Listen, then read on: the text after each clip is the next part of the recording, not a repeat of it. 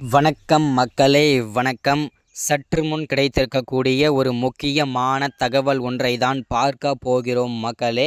சற்று முன் திமுகவிற்கு தலைவராகவும் தமிழகத்திற்கு முதல்வராகவும் வலம் வந்து கொண்டிருக்கக்கூடிய முதல்வர் ஸ்டாலின் தற்போது எந்த நேரத்தில் வேண்டுமென்றாலும் தன்னுடைய பதவியை விலகப் போவதாகவும் விலகும் சூழலில் இருப்பதாகவும் தகவல் வெளியாகி கொண்டிருக்கிறது மக்களே.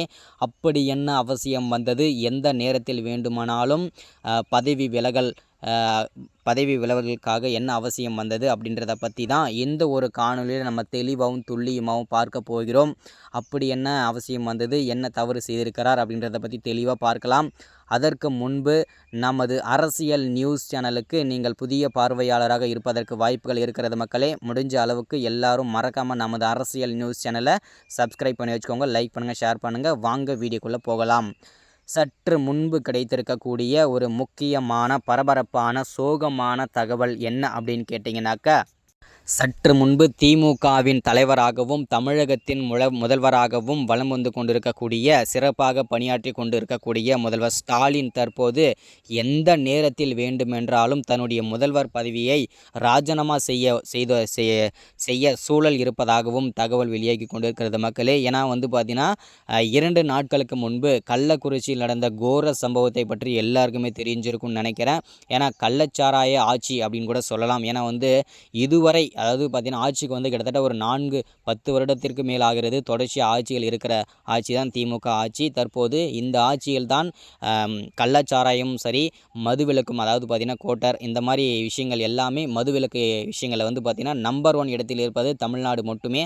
ஸோ இதில் பார்த்தீங்கன்னாக்கா ஆட்சி சாராய ஆட்சின்னு கூட சொல்லலாம். இந்த சம்பவத்தை பார்த்தீங்கன்னா முன்னிறுத்தியது தான் கள்ளக்குறிச்சி மாவட்டம். 2 நாட்களுக்கு முன்பு கோர சம்பவம் அரங்கேறியிருந்தது. கிட்டத்தட்ட 68க்கும் மேற்பட்ட விவசாய குடும்பத்தினர்கள் பரிதாபமாக உயிரிழந்து போயிருந்தார்கள் மக்களே. இது பெரும் சோகத்தையும் பெரும் அதிர்ச்சியையும் அப்பகுதி மக்களிடையே ஏற்படுத்தியிருந்தது மக்களே. ஸோ இதற்கான முழு காரணமும் திமுக தான், முதல்வர் ஸ்டாலின் தான் அப்படின்றத பற்றி தான், இந்த ஸ்டாலின் தான் காரணம், இதற்கான பொறுப்பும் ஸ்டாலின் தான் அப்படின்றத அப்பகுதி மக்கள் தெளிவாக சமூக ஊடகங்களில் தெரிவித்திருந்தார்கள்.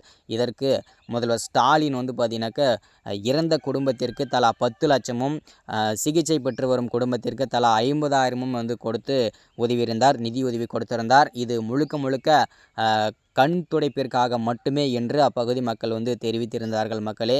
இது இன்னும் பெரும் சோகத்தை ஏற்படுத்தியிருந்தது. இந்த காரணத்தினால்தான் முதல்வர் ஸ்டாலின் பார்த்திங்கன்னா எந்த நேரத்தில் வேண்டுமானாலும் பதவி விலகலாம் என்று செய்திகள் வெளியாகிறது. ஸோ பொறுத்திருந்து பார்க்கலாம் என்ன நடக்குதுன்றதை. மறக்காமல் சப்ஸ்கிரைப் பண்ணுங்கள், லைக் பண்ணுங்கள், ஷேர் பண்ணுங்கள்.